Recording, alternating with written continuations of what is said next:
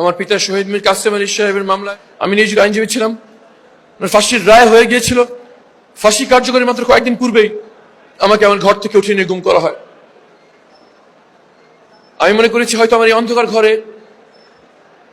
24 ঘন্টার বেশি থাকতে হবে না, কারণ বাংলাদেশের সংবিধানের বিধান হচ্ছে গ্রেফতারের 24 ঘন্টার ভিতরে আদালতে হাজির করতে হয়।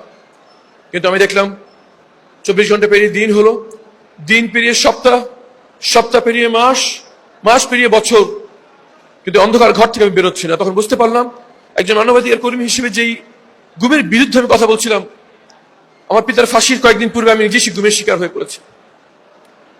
যারা আমাকে বন্দী করে রেখেছিল তাদেরকে আমি বলতাম যে মেনে নিলাম আমাকে এখান থেকে ছাড়বেন না, মেনে নিলাম আমার পরিবারের সাথে যোগাযোগ করতে দিবেন না, কিন্তু অন্তত এতটুকু কি জানতে পারি না যে পিতাকে আমি ফাঁসির সামনে দাঁড়িয়ে রেখে এসেছি, উনি কি এখন যে বেঁচে আছেন না ওনাকে হত্যা করা হয়েছে। আমার পিতার শেষ ইচ্ছা ছিল যে জানাজা নামাজটা যেন আমি পড়াই। সেই জানাজা নামাজটা কে পড়ালো, লাশটি দাফন কোথায় করা হলো, এবং শেষ সাক্ষাতে আমার পিতা আমার ব্যাপারে কি নসিহত করে গেলেন, সন্তান হিসেবে এতটুকু জানার অধিকার আমার নাই? উত্তর রাষ্ট্রপুরের নির্দেশ কিছুই বলা যাবে না।